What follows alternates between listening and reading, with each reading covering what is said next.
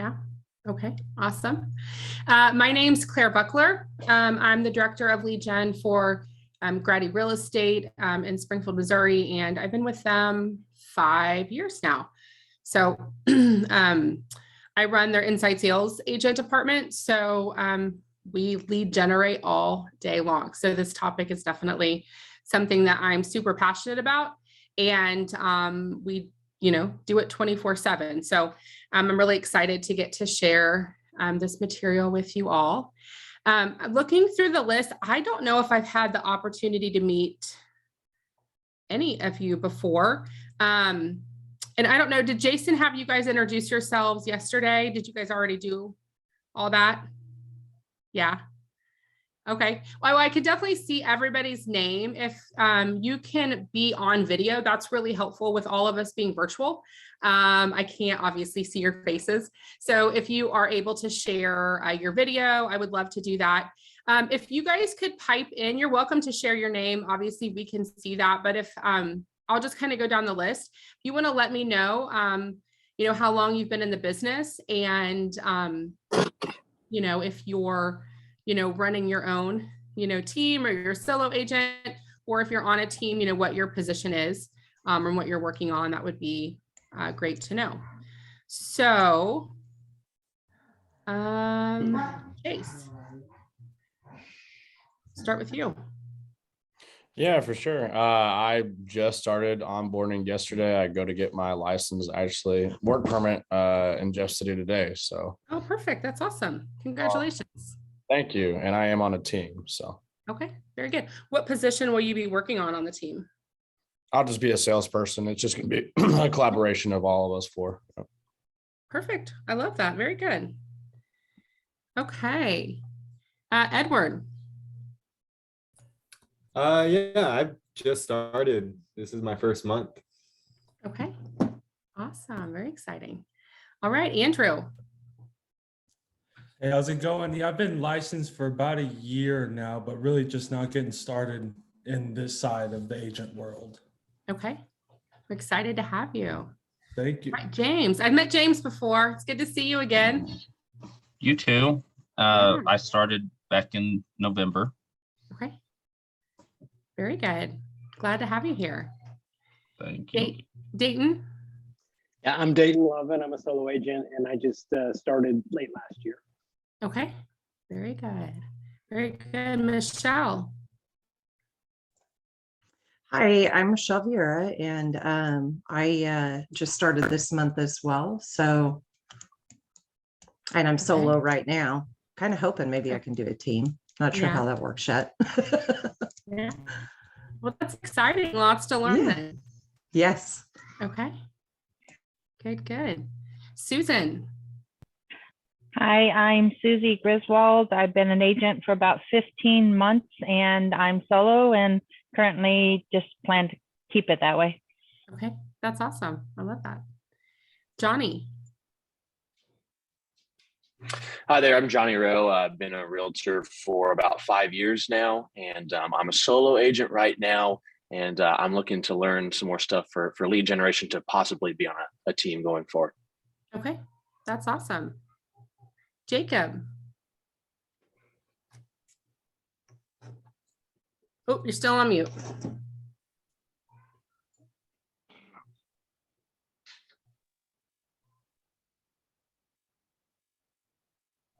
Oh. There should be a button at the very bottom left corner that you can mute and unmute. Okay, got it. There you go. Yeah. I'm actually still working on getting my license, but I'm almost done with the study courses, and I don't know if I'm going to be solo yet or on a team.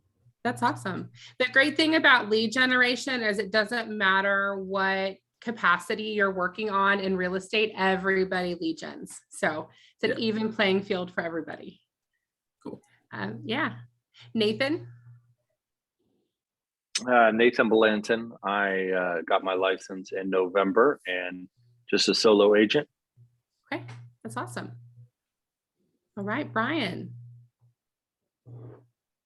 Hey, Brian Jackson. I've been doing this since 1999. My wife's been with me for about the last 10 years of that as a small team, but our goal in moving to Keller Williams is to build a larger team. So that's what we're here for. I love that. That's great. Okay. Kay. Hello. Hi. I had to jump out for a second to figure out how to turn on my camera, so I apologize. That's okay. I appreciate you turning it on. Yes.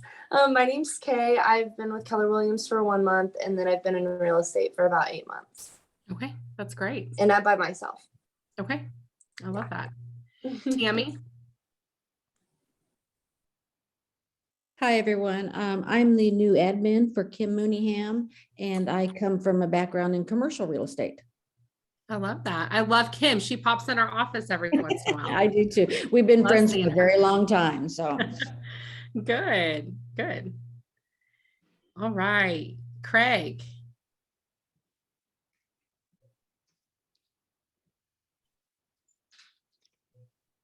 No. Sutton. Hello, I've been a real estate agent for about 6 months, and I'm on the same team as Chase, which is Journey Real Estate. Okay, awesome. Megan.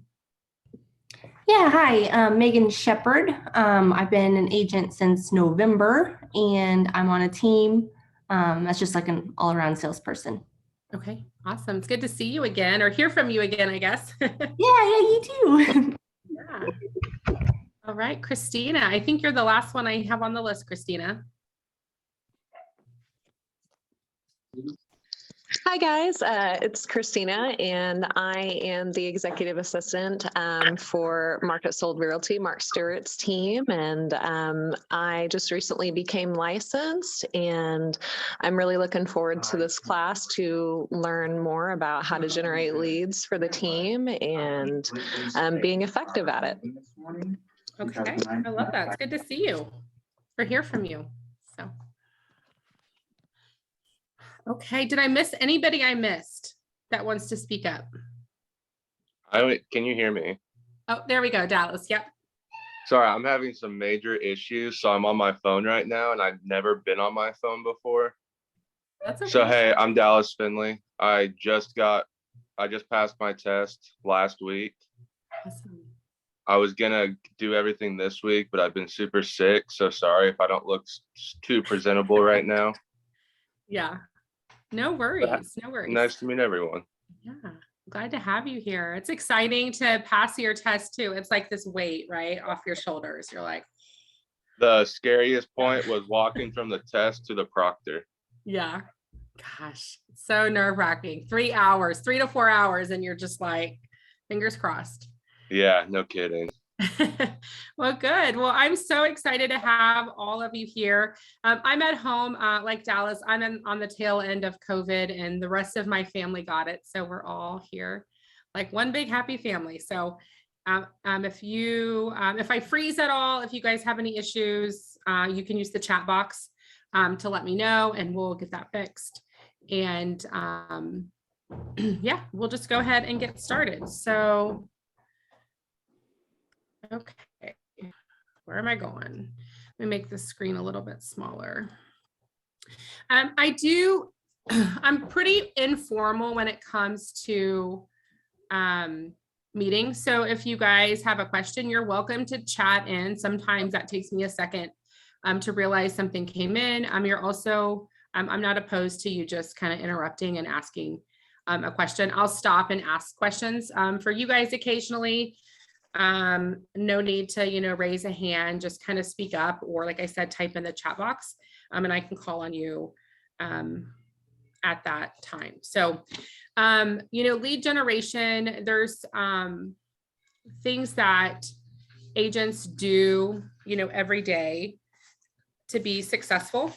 Some of them are growing a business and running a business.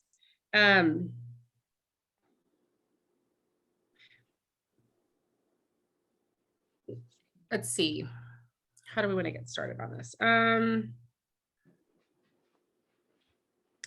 So there's different things you can do every day to grow your business. And this class is to really kind of help you streamline that. So when you're looking to grow your business, some of the things that you're going to do in that, you're going to lead generate for buyers and sellers. You're going to make seller listing presentations, and you're going to get listings. You're going to do the same for buyers. You're going to do buyer presentations and get listings, or as I would say, get buyer's agency agreement signed. And you're going to preview real estate. So those are things that you're going to do to really grow your business. Running your business is a little bit different. Running your business is marketing your listings, showing houses, negotiating contracts, transaction management, vendor management, setting goals. You're going to work on compliance. You're going to attend meetings, maybe get a coach, have some sort of accountability partner, and you're going to manage your money. And all of those things are important. You have to have all of those to run to be in the business. But in real estate, if you always have to be growing your business. Real estate, think of it kind of like a bank. You're doing lead generation to build your business and grow your database every day. Every time you go on a listing or you take a buyer, you're pulling people out of your database, right? You're moving them, and we'll see the lead generation funnel here soon. You're moving somebody out of your database. And if you don't replace them, your sales pipeline will dry up. So every time, it's great to be setting appointments and meeting with buyers and sellers and signing contracts, but you also on the same day or around the same time, you have to be adding people that are going to transact sometime soon, or your pipeline dries up. You'll see a lot of agents over time, their business goes like this. Right. And what happens is they lead generate. They get all these buyers and sellers, and then they stop lead generating and they only work their buyers and sellers. And so their business goes back down. And then they get to their closings and they don't have any business. So they lead generate, build their business up. And then they get busy on the run side of it. Right. So they're growing. They get busy. So they're running, and their business goes back down. And if you can find that happy balance in your lead generating, your business will go a little more like this, right? And if you can, so that's what we're going to talk a lot about. Gary Keller recommends 2 hours of lead generating every day. And if you can lead generate for at least 2 to 4 hours every day, and I could say you can do 2 if you're super, super consistent in time block. If you're a little squirrely or get distracted like I get sometimes, you might have to bump it to 3 or 4. So somewhere in 2 to 4 hours. But if you can consistently do that every day, your business will stay much more consistent. And you won't go through these wild swings of, great, I have closings. Now I don't have any closings and I got to go find business. And it creates this weird tunnel. So okay, do you guys have any questions on this slide, the difference between running a business or growing a business? No? Okay, perfect.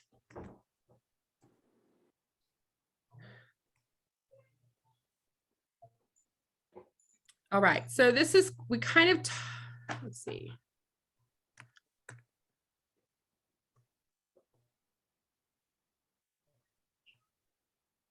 And this is the kind of a generic timeline of what we talked about a little bit. The lead generation model, you lead generate to add to your business, that adds to your sales pipeline, and that creates daily successful habits. So again, that's kind of what I talked about, building a lead generation schedule is key, and holding yourself accountable to it. I will be the first one to raise my hand and say sometimes things get important and I don't lead generate. It happens. I would love to hear from you guys though. Some of you have been in the business quite a while, and some of you are really new. I would love to hear from 2 or 3 people who has a good lead generation schedule, and what does that look like? Can anybody share?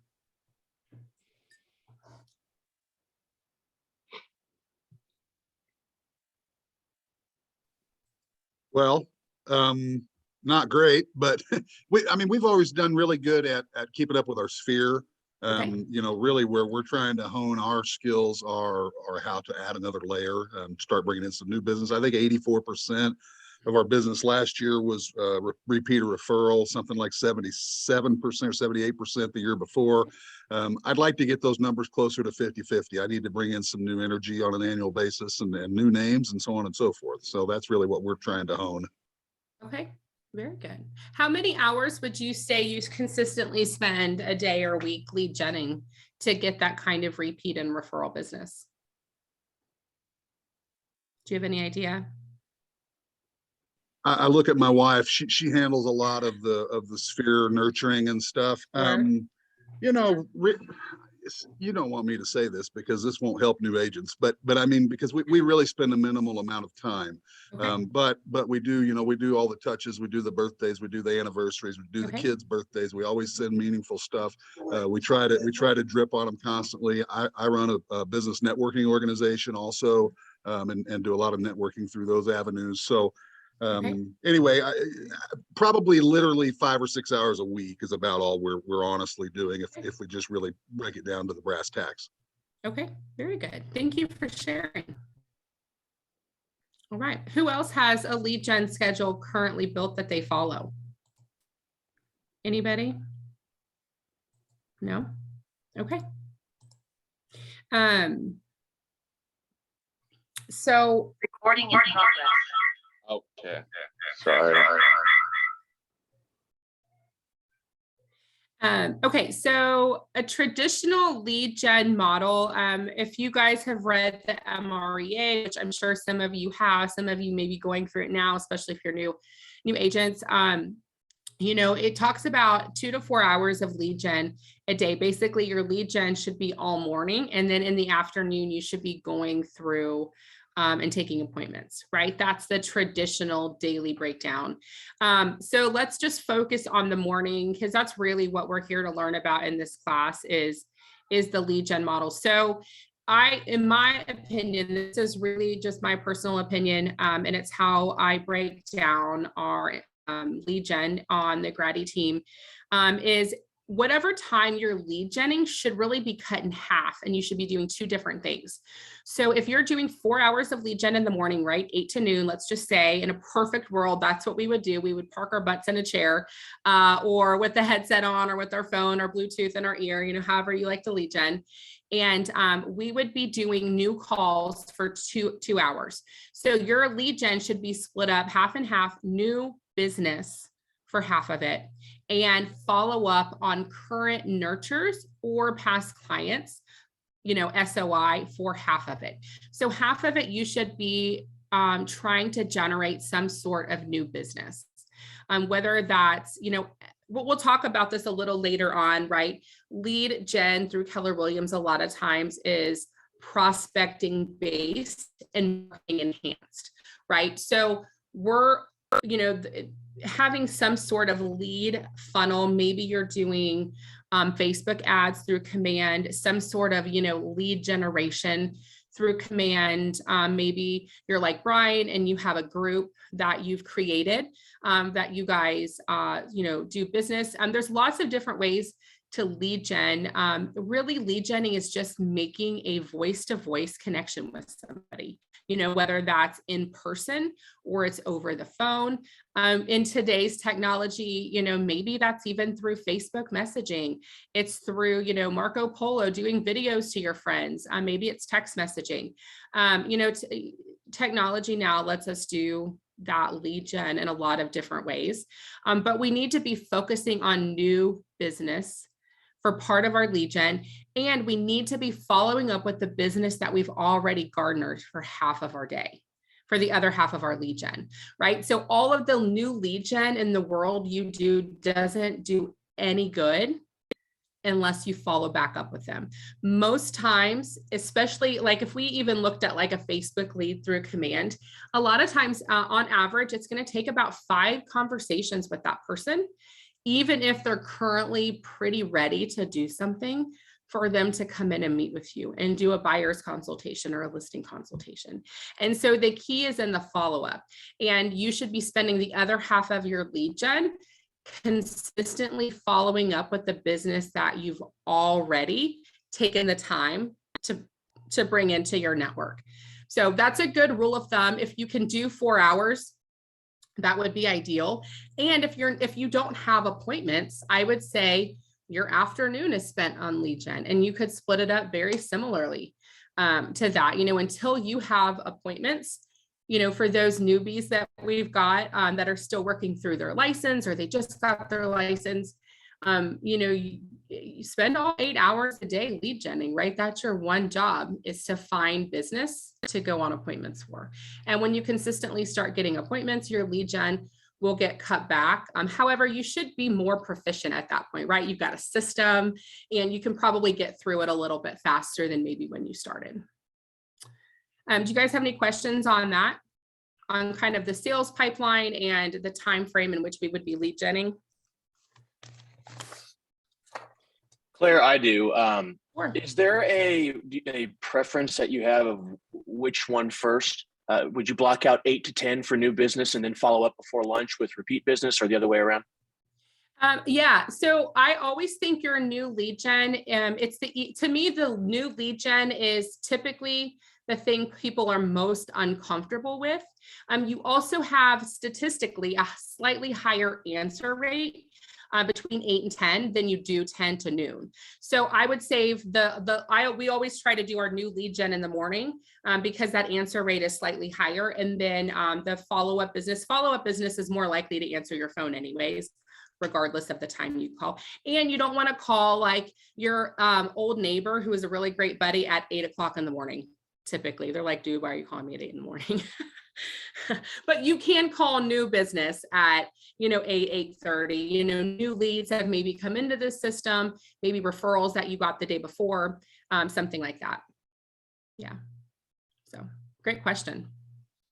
Anything else? Claire. Uh-huh. So I was curious, when you're calling like new leads, Mm-hmm. where are you getting them?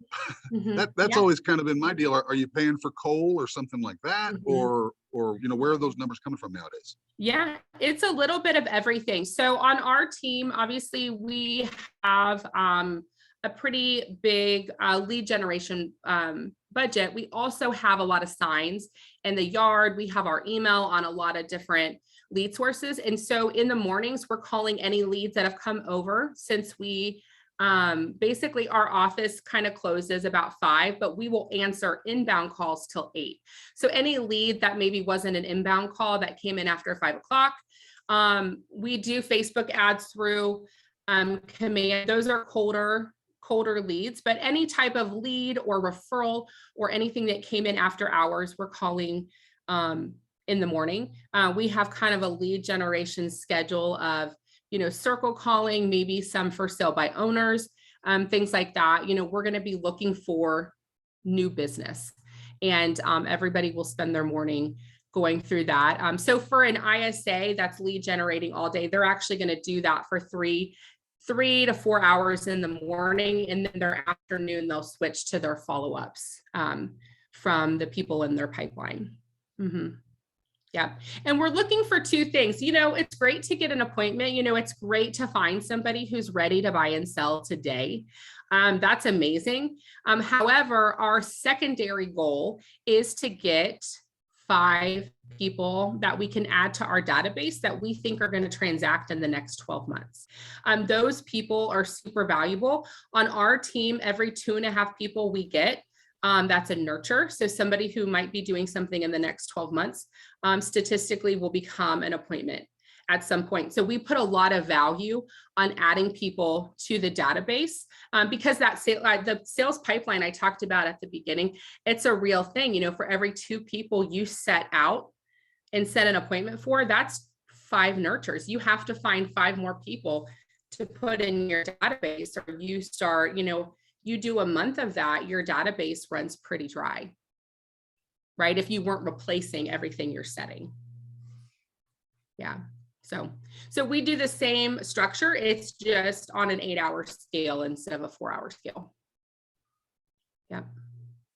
I will say right now my lead generation is actually talent. So I lead gen for people that might want to be on the team. And I will say, Brian, I've struggled with the same thing. Like I don't have this influx of inbound leads like I did when I was lead generating for business as far as, buyers and sellers. And so I have to do a lot more, probably what some of you new agents are, right? I going through my phone, right? Who haven't I talked to in a while? Who might know somebody that needs to buy or sell, or in my case, might know somebody who wants to get into real estate, right? So, I'm going through my phone, I'm going through my social media accounts. I'm talking to the waiter or waitress when I go to lunch, hey, have you ever considered career in real estate? Or when I was an inside sales agent, it was, hey, are you looking to buy or sell a house? And making sure that I'm taking every conversation I have that day and turning it into a real estate conversation. And making that part of my lead gen. So one of the things I track in the lead gen, which it doesn't really talk about this in the slide. It depends on how granular you want to get your business. I have a contact goal. So my goal is to have at least 5 conversations about recruiting people into real estate every day.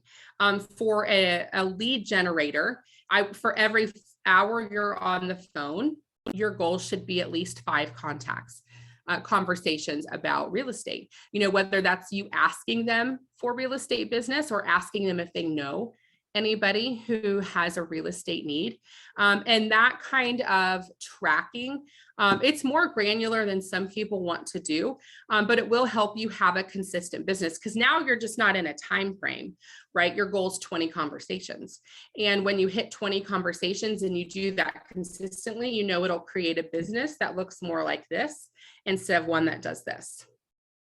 So some people prefer to track their lead gen time on activities and not necessarily a time frame. Yeah. So I like to do, we do activity. I think activities are slightly easier. Again, if you're like me and you get distracted, I like to talk to people. I get distracted a little bit easy. And so I do it on conversation. Can you hear me? Yeah, I can. Go ahead. Okay, awesome. I'm an ISA with Jason and Elle's team, and right now I almost completely do outbound calls. So like circle prospecting takes up a large part of that. What do you recommend other than Facebook for generating some inbound leads? Some inbound leads. Inbound leads. It depends. So Facebook is great. They're probably the most cost-effective lead, and you can do it through command, which is super easy. Another really popular one is called pay-per-click. So they would be Google ads. That involves a website. It's a little more expensive to setup wise than the Facebook leads. And I know with the Facebook leads in command, you can run different type of marketing campaigns. They don't have to be necessarily in Facebook. You can do other social media features. So that's a good one. It's not directly inbound, but we've had success since you've mentioned you're an inside sales agent. Our inside sales agents take care of all past clients, and even a lot of our agents like SOI. And so that can help generate really great like repeat and referral business, which is more inbound. For us, the second highest one is sign calls. So getting as many signs in the yard as you can. We have really great success converting those sign calls. And again, it's because we're purposeful, right? If they call in, we're putting them in our database and we're scheduling future follow-ups if they don't set an appointment when they call in. But that's one of those lead sources we will answer till 8 o'clock at night. Yeah, and it's our top one. Awesome, outside of past clients and past clients referrals. The sign calls is huge. This is a little bit of an old school term, but lead gen used to be oh, what is it? I had it and I lost it. Speed to lead. Speed to lead. And so when you're talking inbound, the speed in which you can answer and or return the inquiry is key. Anything over 5 minutes and your chance of converting them drops drastically. So that's a huge thing, is being able to answer any lead, especially if you're paying for the lead, right? To be able to answer any of them or respond back within 5 minutes is crucial in your chances of converting them to an appointment. Yep. And the general rule is within 5 minutes. Yeah. Great question, though. I miss Jason and Elle too. They used to be at the gym with me every morning, and then they're not there anymore. We need to get their butts back over there. Claire, I had a question real quick. Sure. So for outbound calling, how are you guys finding phone numbers for these? Yeah. Like, and then like with the do not call list, like how do you know? Sure. That's a great question, James. So there is software out there. I heard somebody mention Cole Realty. That's one of them. You can pay for a subscription for. Some people use a company called Vulcan 7. Some use a company called Mojo. Almost all of them offer data, like neighborhood search type things, and all of them will scrub them against the do not call list. So when you go through them, you'll tell that, yeah, Mark, I don't want them if they're on the do not call list, and it will do a clean scrub. And a lot of people do like a farming. So Facebook or Command, and it was Kelsey at our office that did it. I personally haven't set it up, but Kelsey did. And we've started farming certain areas, like especially our agents and inside sales agents, they will farm the area that they live in. So what that would include is Command will actually send out postcards to some of those people with different messages on them, and it does them in kind of a controlled order. And then you can follow up with phone calls or door knocking, either one works. And make yourself really an expert in that neighborhood. And you can pick a small, like couple blocks, or you can pick, 10 block area. You can kind of pick how big that farm is. But I've seen that be really successful if you can compound the phone call or the door knock with some postcard type mail and kind of layer that on each other. And Command does a great job of kind of ironing out what that time frame looks like, but ours typically consists of a 6-month drop. And I think it's 2 or 3 pieces of mail, and it's 2 phone calls or 2 door knocks. Like you're going to go door knock the area twice or call the neighborhood. So, and doing both of those together seem to be really successful kind of for an outbound prospecting. Yeah. I've also seen events, I know the weather's kind of crappy now. Brian mentioned that he's in like a networking group, but some people have done different, like they'll do a booth at different events.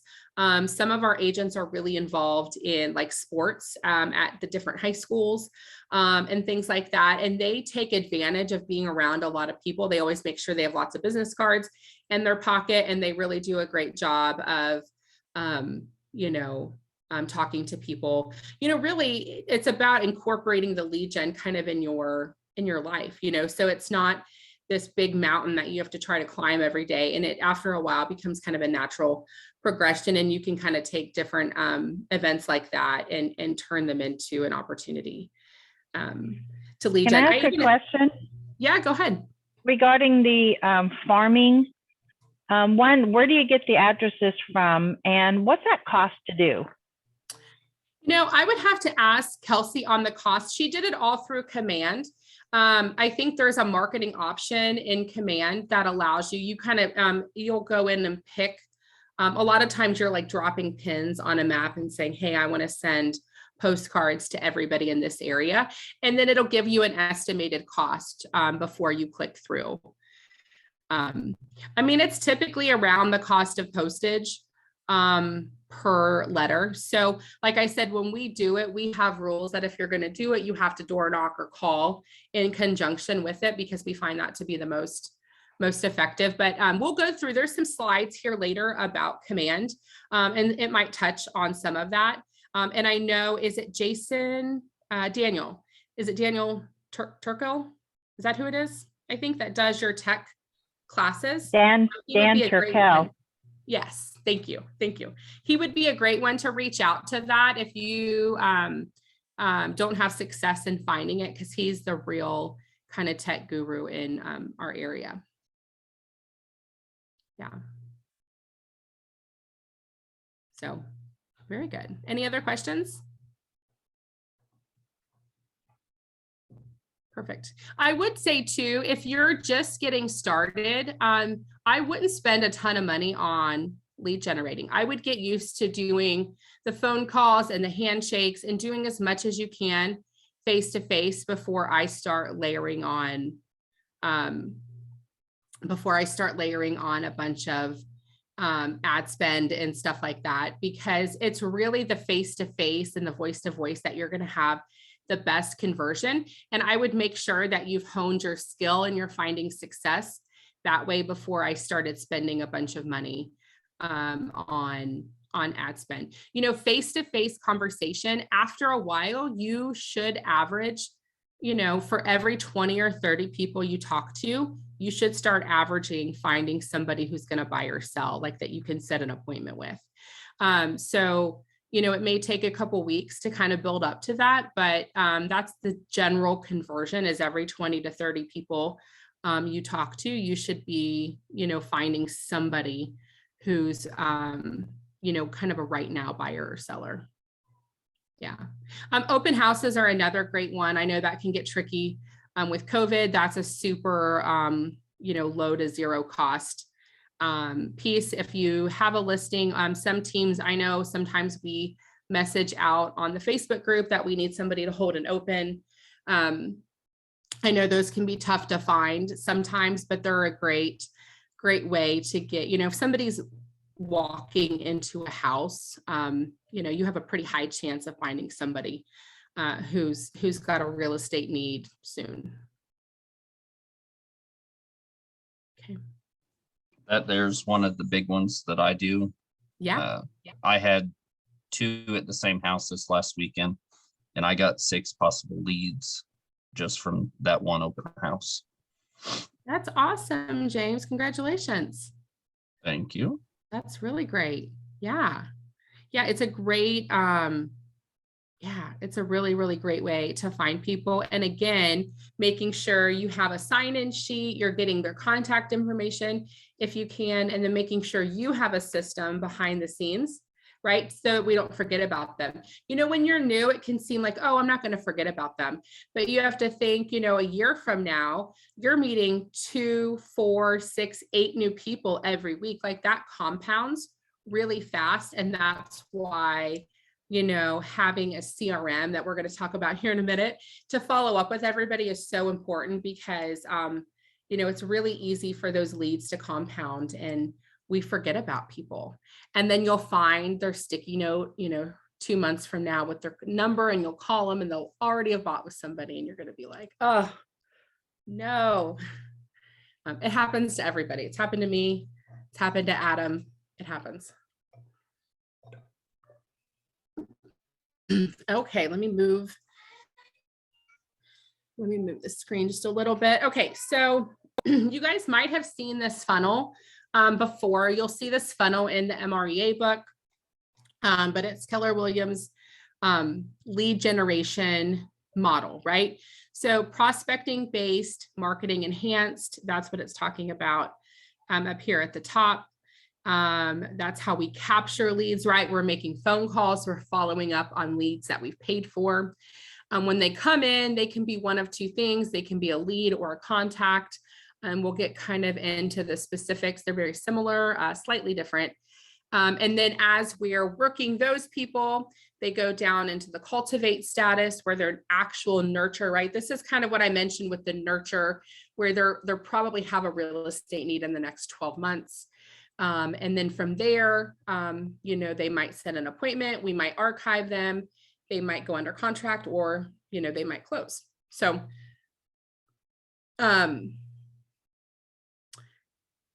who, let's see, I would love to hear from one or two people who currently has a CRM that they're putting leads into and they're setting reminders. Or maybe a show of hands, like, does everybody have access to Command or a CRM so that they can add leads and track people? Yeah. Yeah, everybody. Okay. Perfect. Perfect. Okay. Who actually puts people in the system on a daily basis? Who's putting somebody in, at least one person in on a daily basis? Anybody? I see some hands being waved. You might also hear my daughter, who's absolutely flipping out outside the door. So I apologize. It's like corralling animals over here, but okay.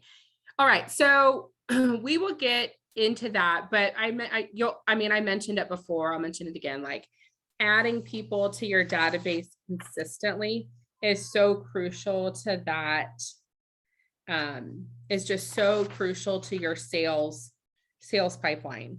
You know, and making sure that it doesn't go dry. Okay.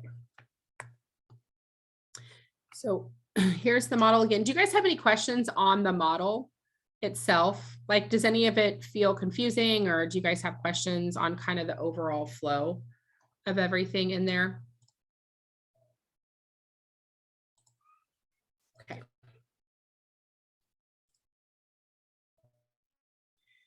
Okay.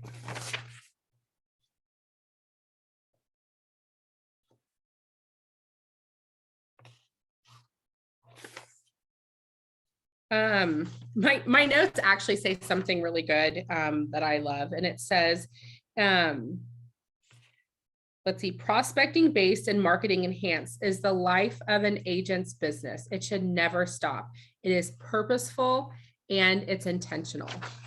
And I think that is so true. And, you know, purposeful and intentional. What does that, what do you guys hear when you hear that? Prospecting based and marketing enhanced in lead generation, right? It's purposeful and it's intentional. I mean, to me, it's about being proactive and not reactive. Mm-hmm. Yeah. It's great. Anyone else?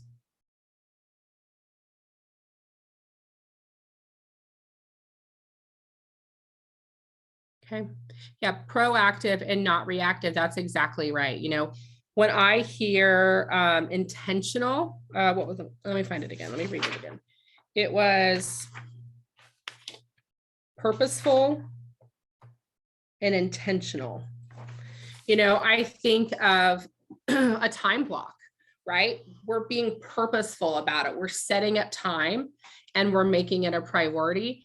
And the intentional piece, what I think of when I hear that is really, it's like setting reminders on my contacts, right? Reminders to follow up on a certain date, right? I'm making sure that I'm being purposeful and intentional with who I'm talking to. I also have this is kind of just a me personal thing. I always get somebody an answer. Like, somebody doesn't give me a question on the phone that I won't find an answer, even if I have to, like, I've literally called 10 people to try to find an answer for somebody, whether it's about a house or about their credit or their situation or their loan type, or it's a question about the area. It's just kind of like, if I'm going to call and prospect and somebody asks me for help on something, I make it a point to never not get that person at least another person to contact that might be able to help them. And that's just kind of a personal creed kind of I have in lead gen, is I'm always going to be anyway, that's part of my purposeful and intentional, like I'm always creating follow-up reminders for people because everybody deserves to feel important, and like their situation matters regardless of price point, regardless of their financial status. I'm always going to follow up with people that genuinely have questions and want help. And I'm always going to find them an answer, whether I can help them or not. If I have to give them to somebody else or find another agent that can help them, I'm okay with that. But my answer is never no to somebody, unless they're super, super rude. That's the only time I might not follow up with somebody, is if they're being really hateful or being rude. Other than that, it's just one of my things. I'm never going to tell somebody no, or that I can't help them. It's just not, it's not in my vocabulary. I will find somebody to help them. You will find when you are prospecting based that you will call all sorts of people, and they will have all the stories and all the different questions. And, I would encourage you all to just, really be very proactive in finding solutions and things. It goes a long way. I can't tell you how many pieces of business I've gotten from people that I've never done a real estate transaction with, but I help them find their HOA president, right? So that they could get help with something. Or I found them a roofer that could fix a problem that, they couldn't afford to fix. I helped a lady who couldn't sell her house because she didn't have any money to move. I found somebody to buy her house that let her stay for 2 months, right? So just finding solutions for people that are in,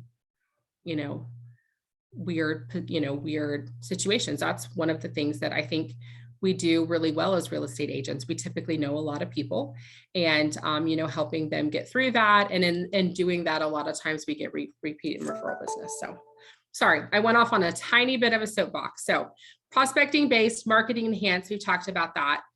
The difference between leads and contacts. So I think of a lead as more somebody that maybe inquired about real estate, maybe somebody that I was given their name and number, like, hey, this person mentioned wanting to buy a house. You may give them a call, right? They're a lead. We have a one-way or offer-based touch program, right? Maybe we've never made contact with them. It's just somebody that we think might have a real estate need because of the way they came in our system. The lead source, maybe we got them through, or we bought them through, or maybe they were a referral, right? We haven't really talked to them. A contact is making that two-way connection, right? Typically it's voice to voice. Sometimes it can be through social media, texting, things like that. But now we've made contact, and a lot of times we've also have permission to follow up. So we've had a good conversation. We've said, hey, I know you're not ready right now. I would love to check in later. Is that okay? Right? We've asked permission. We're following up. So we're really kind of moving. We really want to be moving people from leads to contact, right? And from contact, once we've made voice to voice, we can start making some distinction on, are they a nurture or not? And if they are a nurture, what kind of time frame are we putting them in? And so, we start making that, that distinction.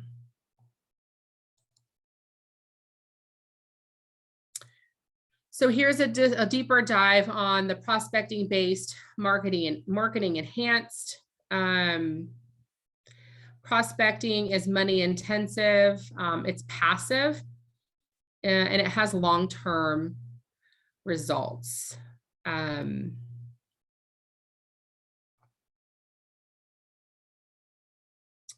sorry, that's marketing. Can be prospecting too, honestly, but marketing. So what that means is you're going to spend more money. You don't actually have to do anything, right? Your money does all the work. Typically, so for most of your marketing based leads, right? Leads that you're getting through a Google ad or a Facebook ad, the general return on them is 8 to 16 months. Right? They're a long-term lead. You're probably going to have 20 conversations with them before they do anything. You might be dripping. Nick Baldwin has those smart plans in your command that work really good. We use something similar in our CRM. It drops text messages to them and emails to them. So it's not time. It's not your time that is waiting, right? It's just your money. I call this, I think passives, right? It's the best word. So the downside to this is it costs money. Also, you have less control over it. And what I mean by that is you're a product. If your business is all marketing, you're a product of what your business produces, right? You don't have any control over it. All you can go in and control is how much you spend and what you're spending it on. And you're just, you're waiting for the phone to ring. You're waiting for a text message to come on and a text message to be answered. And it's just a very passive way. And in my opinion, you don't have control over it. There can be predictability over time on these lead sources, but in general, you don't have any control over it.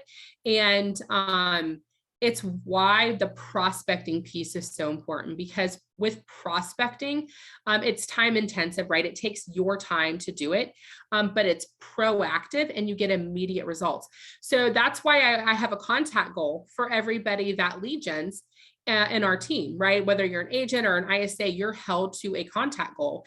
And the reason for that is it's the one thing you can do that you can control your business. You control who you call, you control what you say, right? You control how many people you call, and you can control the time you put into it. And you build control back into your business.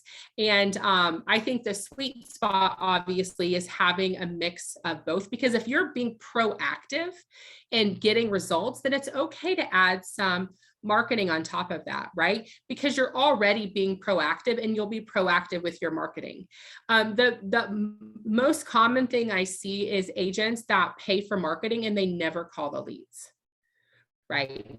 And it's honestly, it's a waste of money. Those leads that you get through marketing, it can take 5 to 10 tries to get an answer from them. That's just to get them to answer the phone. And so it's very labor intensive to do that. And that's where layering that prospecting, you can treat your marketing leads with your prospecting. And if you can combine the two, most people will do really well. But that's why I kind of said at the beginning, I wouldn't put a bunch of money in marketing till I had my prospecting game down, because it's only when you have that piece down that if you start layering on some money and some ads, that you'll take the most advantage of the prospecting piece with it. So do you guys have any questions, comments?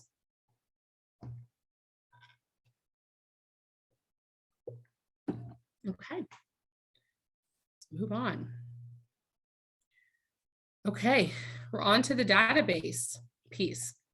So I'm going to kind of skim through these a little bit. The next couple slides are in regards to the command database, with which, Daniel does the tech. I think he might still do Tech Tuesdays. I know he does tech classes. He goes over command. They do lots of command classes. So let me maybe speak up if you're not familiar with command. Like when I say command, is anybody not familiar with what that is? No? Okay. So yeah, command is a CRM. You all have access to it within Keller Williams. There's lots of other CRMs. If you're on a team, they might use something different, which is perfectly fine. We use command. We also use another CRM. The important thing about the database is that you're organizing your people and you're using it to remind yourself to follow up with them. I cannot emphasize it enough. All new team members we get on our team, they struggle with the database management. Most agents like yourselves are what we call a little bit of a high D, right? You're a business owner, you're a go-getter, you love all of this stuff. Updating your database is typically not high on anybody's list to do, but it's really, really important that you have some sort of system to help you keep in touch with people, especially if you're paying for leads, because you can't let money just slip through the cracks because we don't have a good system in place. So Command is awesome at that. So we're going to go through a couple things that Command can do. It's going to centrally store your information. Command itself is updated regularly. So like as they release smart plans, as there's any fixes maybe to the system or new technology, it's going to get updated automatically. You can be really organized. If any of you have like an office administrator in your team, or maybe a spouse that is super, you know, database, maybe they're like a big numbers person, a spreadsheet person, they would probably go to town and something like this, but you can organize it super well, or you cannot. And it also has lead generation that feeds into your database. So when we talk about the marketing piece of it, Command offers a lot of different pieces that will feed right in into your leads. So here it's talking about the difference between leads and contacts. Again, leads, you have valid contact information and can have a one-way conversation where you're seeking permission. For contacts, you have valid contact information and have received the permission to have a two-way conversation. So kind of what I talked about, a lead is just a name and a phone number. A contact is somebody we've talked to and we have permission to follow up, right?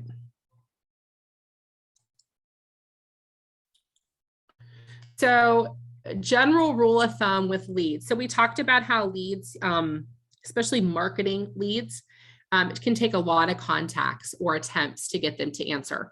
So they're recommending a 19 to connect, which is again in your Command system, right? And what that is 4 touches. So you're going to try to call them 4 times a year, once every 3 months.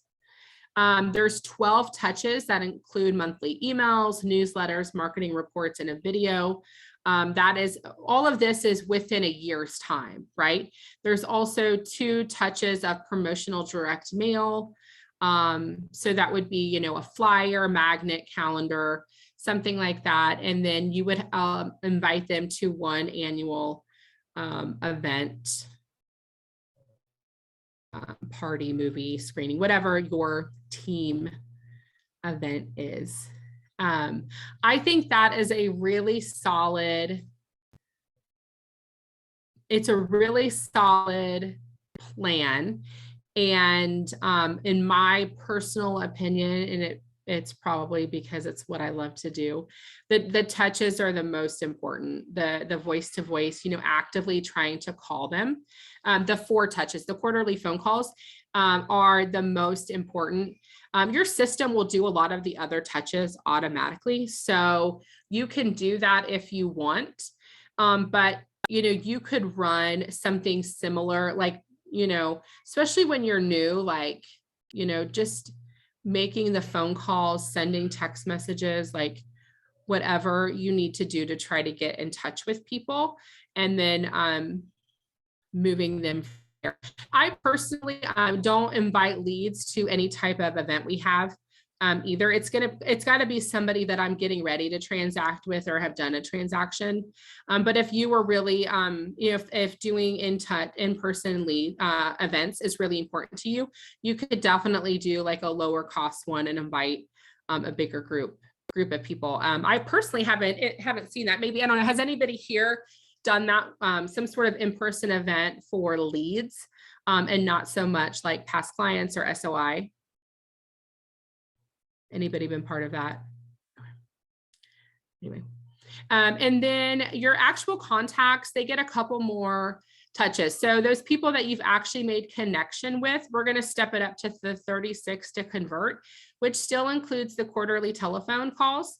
Then they're going to get biweekly email offering some type of information or value. That would be, yeah, about 2 a month. I guess it's 1 every other week, but about 2 a month. 2 touches as far as in-person events, and 4 promotional type pieces in the mail. So again, I think that is great in a perfect world. You know, starting your business, some of those cost money. So I would be looking at any type of low cost item I could do, or I would step up my email and my text messages and my phone calls to compensate for some of those other pieces that maybe I'm not doing. I found really great success in doing the quarterly calls, unless somebody is within 6 months of transacting. Typically calling or texting quarterly does a great job of keeping in touch with people. The biggest thing is to recognize, to be making notes. Like, you have to kind of recognize, like, oh, like this person hasn't actually answered or returned my phone call, you know, the last 2 or 3 times. Like somebody like that, I might take off of a 36 to connect, right? And I'm going to put them on more of a manual follow-up, and I might try them a couple more times closer together to try to make contact. So be aware of things like that. You know, you'll find, especially with people that aren't actually past clients yet, that a red flag is if they haven't answered the last couple phone calls. Like, I might step it up a little bit, or I might even send a text message like, hey, like, I just noticed we haven't been able to connect for a while. You know, when's a great time to call you? I might send something like that just to really show that I'm paying attention and that I care and that I want to connect with them. Do you guys have any questions on like the leads or the contacts?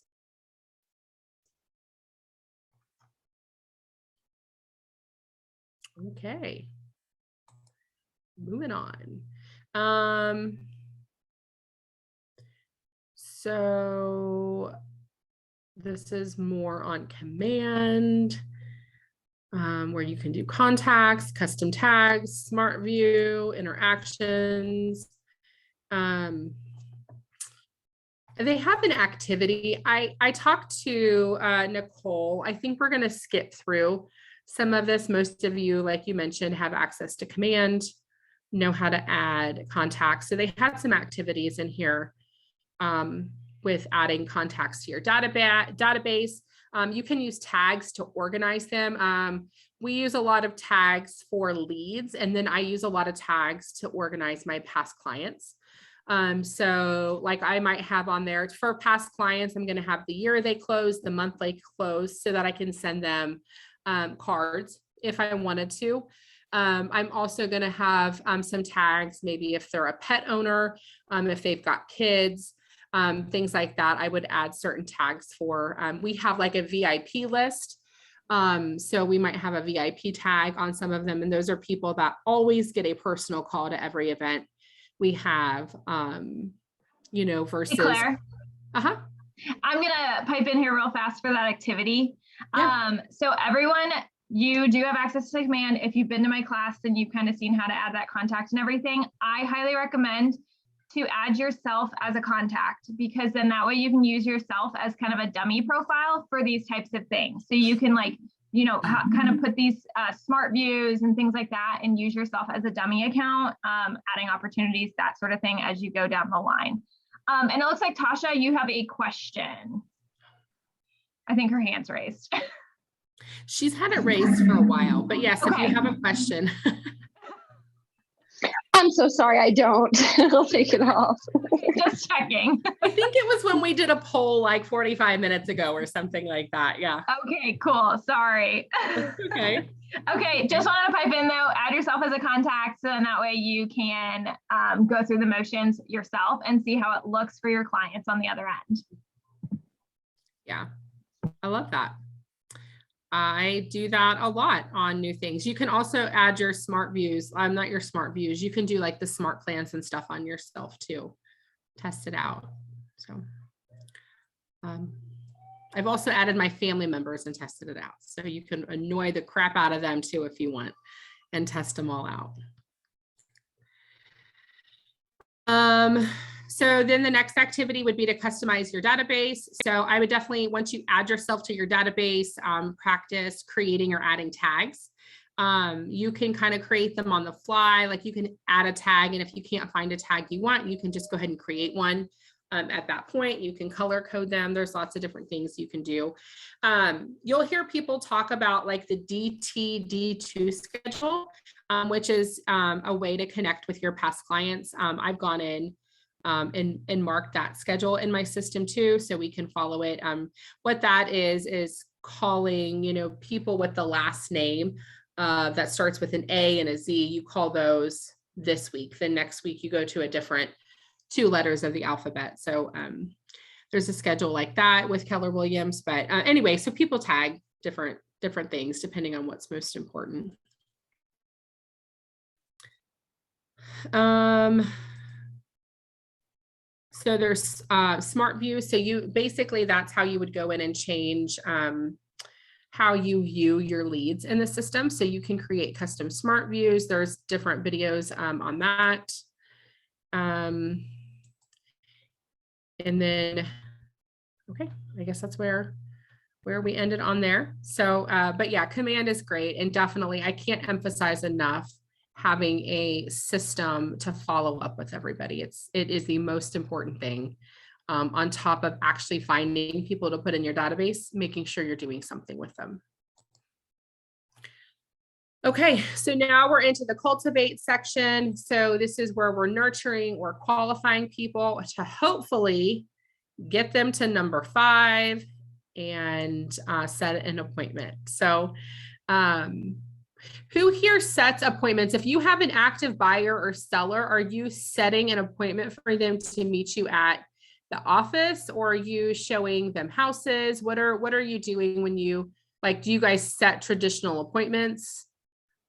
Can anybody speak on that? Like how they go about that? I just, I've always, usually my first meet, I'll try to meet them at the office, but a lot of times I meet them in the field, and I'll hand them a Missouri broker's disclosure form when we first meet and start, prefacing that conversation and so on and so forth. Sure. Very good. Anybody else? Yeah, I love coffee, so I like to go to various coffee shops. It's like one of my favorite things. So I usually just do the same thing. As Brian said, just make sure that we can get them to sign some forms and have some coffee, and then go from there. And typically, like I've been told, I'm not trying to go show houses a bunch of times. I'm trying to narrow it down beforehand and then hopefully just go once. But in this kind of market, that's been tough. Yeah, Definitely. Good. I love that. Well, Brian and Johnny are on point with that. The best thing to do when you have somebody qualified is to set some sort of in-person appointment. Obviously, if there's somebody it's, kind of protocol, but getting their wants and needs, if they're a buyer, maybe you're meeting them at their house if it's a seller. But having that chance to sit down and figure out what's important to them and get paperwork signed. So that's always our when we're cultivating, right? We're working them through the process. Are they ready now? That's probably when you're going through some objections, like, the market's crazy right now. Like, I'm waiting for it to slow down. It's super common objection, what makes you think it's going to slow down? Right? Because there's people that we've been working with for years that now wish they would have done it 2 years ago, right? When the market was still really hot and they were waiting for it to slow down, right? So kind of overcoming those objections and things like that, in trying to get them in for an appointment if they're ready, right? If not, they stay in Cultivate and we continue to follow up on a regular basis. And I like to think of Cultivate like a football field. And every time you talk to somebody, every time you talk to that same lead or text them or make some kind of communication, you're trying to get them a little farther down the football field, right? You're trying to gain yardage every time you talk to them, and you're going to get them a little bit closer to being ready to make that transaction. So kind of a good visual. That's an Anna Kruger. I don't know if you guys ever do any like MAPS training or coaching. Anna Kruger is an ISA coach, but she'll do free training. She has a free training she's doing right now for cold calling. That's really good. But anyway, that's one of her slogans. If you ever can go to one of her classes, she does an excellent job. Interactions. So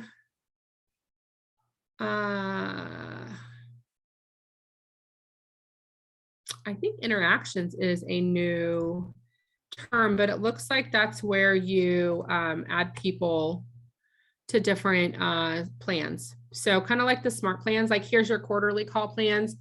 Here's an 8x8, which they went over the 19 to connect and a 36 to connect. So my guess is they have those out here. For my past clients, I use the birthday. No, I don't use the birthday. I use the home anniversary smart plan, and I use the monthly neighborhood nurture one. The monthly neighborhood nurture looks really, really good. It basically gives them a picture of what their neighborhood's doing every month. You know, how many houses went up for sale, what the average sales price was. It looks really good in email. We love the way it looks, and it does help. There's a link on there if they want a home evaluation that goes back to you. So it's a good smart plan. Okay, now we're going to recap and do ahas. So what did you guys learn? I would love to hear from a couple people, something you heard today that will help you or that you're going to implement in your business.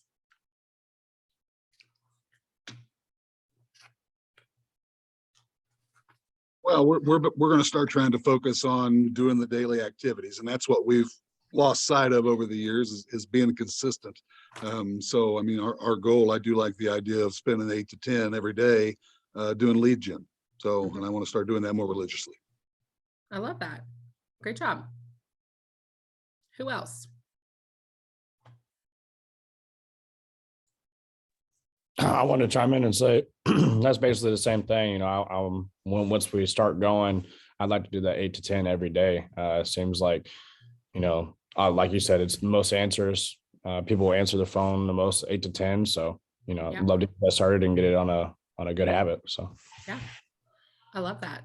It's like working out in the morning. You start the morning off on a win, right? You knock out your one big rock for the day and call it good. that's it. Yeah, love that. Okay, one more, guys. I'd love to hear one more.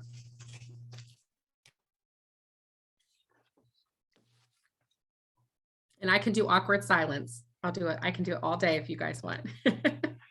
I appreciated the explanation of what a lead is, what a contact is, what Cultivate means, because sometimes I look at that and I'm like, well, I don't know which one they are. So I appreciated that. Yeah, awesome. That's great. I love hearing that. Okay. So Claire, I'd like to chime in. Some of the takeaways that we had, I think something that is very critical is not only to generate new leads and create the contacts and just to constantly fill into your database, because as you pointed out, I mean, as you go through and you're transacting, it's important to constantly fill into your bucket. And if you don't, you could find yourself at the end with not having anything. So it's always good to continue to generate business. yeah, that's exactly right. Yeah, you want to keep that sales pipeline as full as you can. And what you might find too, like if you're good at tracking your numbers, you will find what a good Cultivate, how many people you need in your Cultivate to keep feeding your business. And when you can find that out, it's like magic, right? If you know you have to be cultivating 100 people to get 10 pieces of business every month, right? Well, if you want 20 pieces of business every month, what do you got to do? Right? You need 200 people in your Cultivate. And if you want 30 pieces of business every month, what do you got to do, right? You need 300 people. And it becomes a very scalable way to make your business go up and down depending on what you want it to do. I know for an ISA on our team, they have to have at least 300 to 400 people they're nurturing at any given time to get at least 2 appointments every day. And so when they start, that's their job for the first 3 months is they've got to get 300 to 400 people that they're nurturing all the time. And so it's a really easy way to gauge, right? If they want more than 2 appointments every day, if you want 3, great. You're probably going to need 500 or 600 people in your database every day. So Yep, it just becomes a numbers game that you can scale up and down. Okay. Anything else, guys? Any other random questions? Yeah, I wanted to ask random. Okay, let's go for it. Am I cutting anybody off? I thought I was for a second. No, you're good. Okay. Go ahead. Okay. So mornings are essential, and I'm talking like before you start hammering the phones. So I don't know if you've read The Miracle Morning for Real Estate Agents or you've read the 5 a.m. Club. Those are both awesome books. But Claire, what does your morning look like? And it sounds like you have kids too, so that impacts it as well. What are your mornings like? Yeah, that's a great question. I have a really awesome husband. So he gets my kids, he gets our kids, I guess they're not mine, they're ours. He gets the kids ready in the morning, but I go to the gym every morning. There's a 6:15 class at a gym. So I get up at 5 o'clock. It takes me 25 minutes to get there, and I get there early enough to run a mile before the class starts. So I start my day that way. I get ready at the gym and I'm to the office by 7:30.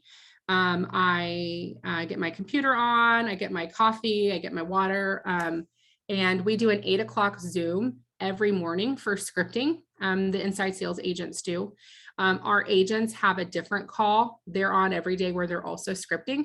So everybody starts with an 8 a.m. script on our team, and that ends anywhere between 8:30 and 8:45. And then we start phones at 9 o'clock. Or for me, it might be, my lead gen for the day. Certain days I have one-on-ones with my team, and some days I start with lead gen as well at 9 o'clock. But yeah, that's how I do. I typically have my breakfast ready to go at the office. And then I have a lady that meal preps my lunch. So my day is very, very controlled through noon. And then I've always felt like if I can win until noon, anything after that can go a little bit crazy. And then I leave the office by 4:30, and then I do kids at night. So I get the kids after work, and then I take care of them till bedtime. Last thing for me, and then I'll shut up. What are you reading right now? I am reading, I have 2 books. How to Make Friends and Influence People is what we're reading through for the team right now. Super, super good book. I am a quarter of the way through Influence. Basically, it's the psychology of how to influence people. And I think I'm going to stop that and move to, I wrote it down yesterday, Emotional Intelligence 2.0. Okay. All right, Jacob, you had a question too? Yeah, I was just wondering, should I worry about doing this before I'm finished my licensing, or? Oh, that's a good question. Oh, Nicole can pipe in. I think you can. You can't, obviously, you don't have access to the MLS. You can't show anybody a house. What I would be doing is calling people and telling them they're making a change, and start trying to find people that are going to do a real estate transaction in the next year. So should I just stick with, I know a lot of people. Should I just start talking to people I know? Yeah, I would just start doing that. Yeah. Okay. Yeah. And until you have your license and you have access to command, you'll have to probably keep like a spreadsheet of names, numbers, and follow-up times.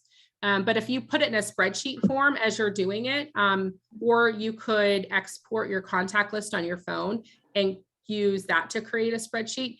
Once you have it in an export or a spreadsheet form, you can just upload that to your CRM, and it'll make it easier.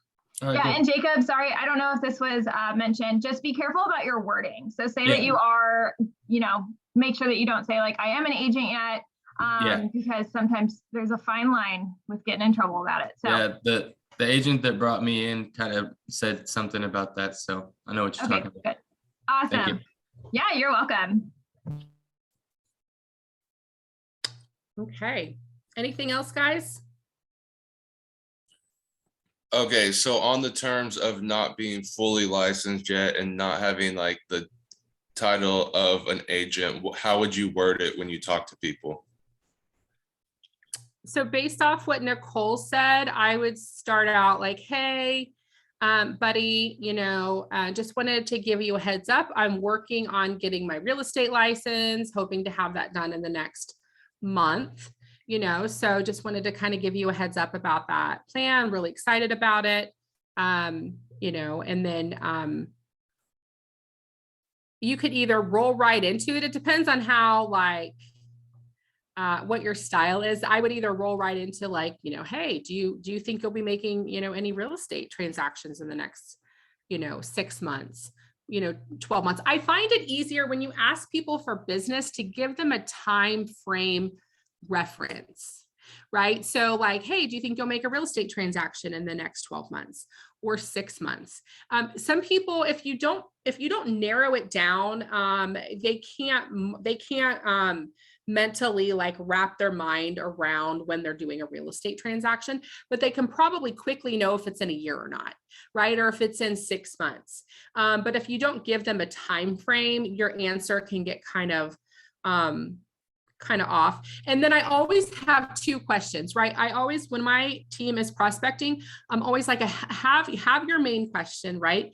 And have at least 1 or 2 follow-up questions, because the name of the game is whoever asks the best questions wins, right? Your job as a lead generator is to learn everything you can about the people you're talking to, right? So for something like that, my secondary question will be great, it sounds like you're really happy where you're at. What about friends or family? Who do you know in your family, or maybe at church or school or whatever? Again, try to narrow their reference down a little bit. Who do you know that might be making a real estate move in the next 12 months?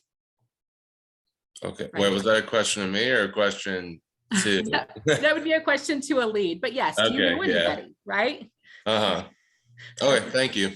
Yeah. So, and as much as you can keep your questions open-ended, right? Try to not ask questions that they can say yes or no to, right? So, so you could, people will naturally tend to say, do you know anybody looking to make a real estate move? No, right? But who do you know that might be looking to make a real estate move in the next 12 months? They can't say no to, they might say, hey man, I don't know anybody. I mean, they can still answer that way, but it's not a yes or no question. Okay, thank you. Yeah.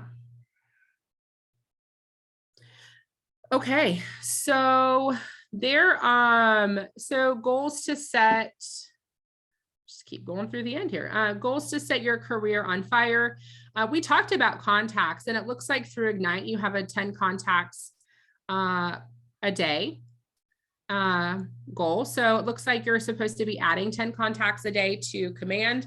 That's a great goal. 10 conversations. So we talked about the voice-to-voice conversation.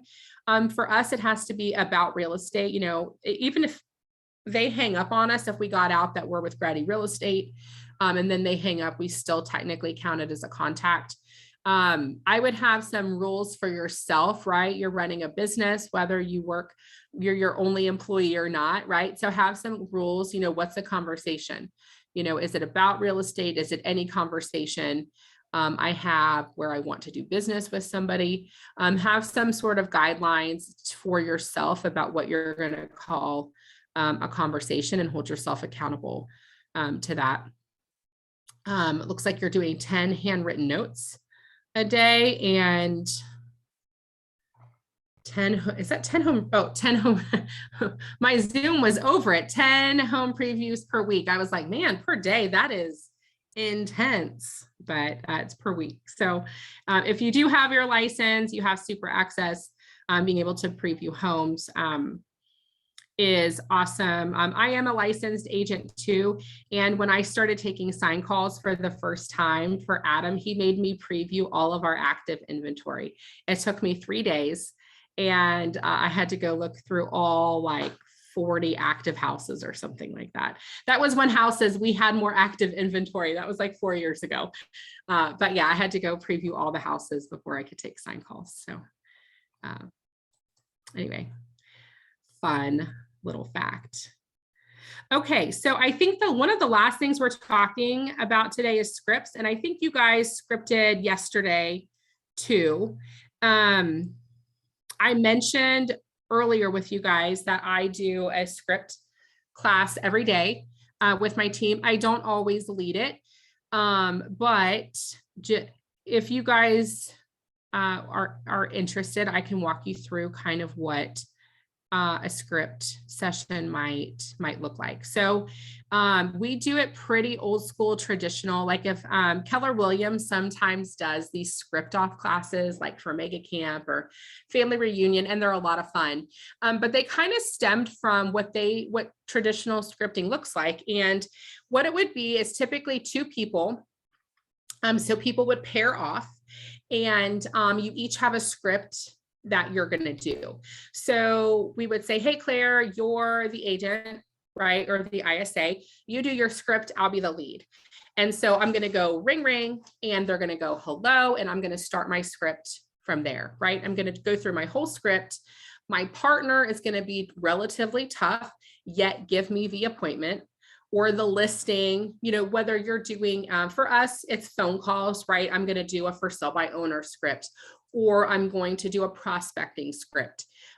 For an agent, they might be doing their listing appointment, or they might be doing their buyer's appointment, or they might be doing an open house lead, right? They're going to pick whatever script is relevant to them, and their partner is going to be the lead for it. When we finish the script, they're going to give me a yes, right? The point of scripting is to get that endorphin. You got a yes, that's awesome. Then we're going to give constructive feedback and or praise to that person, and then we're going to flip roles, right? So then the person that was the lead is now the agent or the ISA, and the other person is the lead, and we're going to do the same thing. They're going to go through their script. Doesn't have to be the same one. We're going to give constructive. We're going to give them the appointment or the listing. We're going to give feedback to that person that can help them get better. And then we're going to be done with it. We do ours in a group setting now. So agents and ISAs on our team can find, anybody can find value from listening to other people's script too, right? Everybody's language pattern is a little different. People say things differently.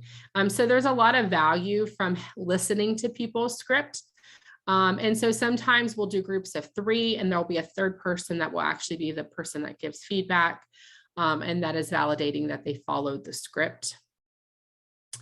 And sometimes we do it as a group. Sometimes there's all 8 of us or 10 of us on a call, and 2 people are scripting, and we go through it that way. So the point of scripting is to learn the language and the pattern.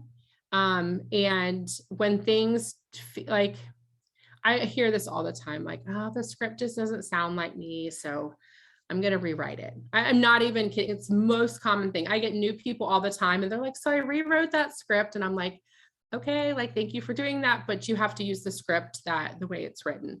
And the reason why people rewrite it is it doesn't sound natural, right? They're like, oh man, like that doesn't sound like me.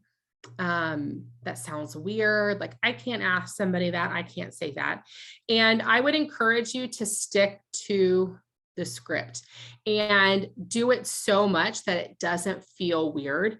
And you will find, like, there's things that I liked to rewrite, back when I was a 3-day-old ISA and I thought I knew better, that I now use what's actually written on the paper. I don't use whatever I made up, because it made me feel comfortable and it made me feel better to say it that way.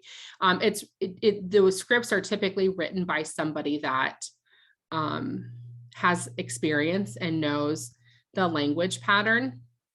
And so I would encourage you, when you're scripting, to really stick to the script and just practice it so much that it doesn't sound unnatural. Do you guys have any questions on scripting or scripts?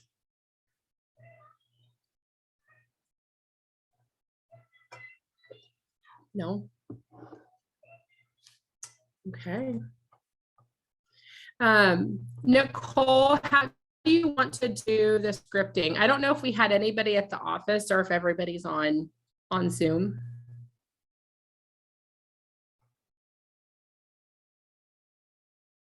Wonder if we lost Nicole. How did you guys do it yesterday? Did you guys all jump off the Zoom and do scripting? Is that what you guys did? You just found a script partner on your own to do it?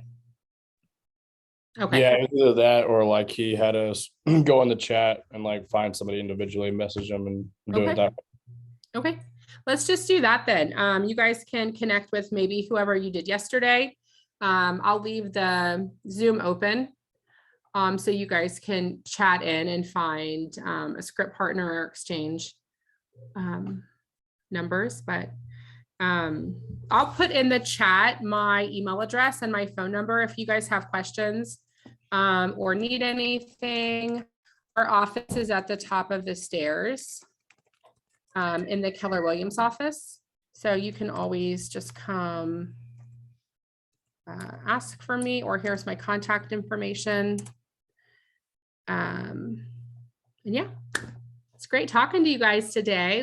Just let me know if you need anything, and happy scripting. Thanks for your time, Claire. Right. You're welcome, guys. Have a great day. Thank you, you too. Bye. Thank you. Bye, guys. Thanks, Nicole. Thank you, Claire. This was awesome. All right. We'll see you later. Bye.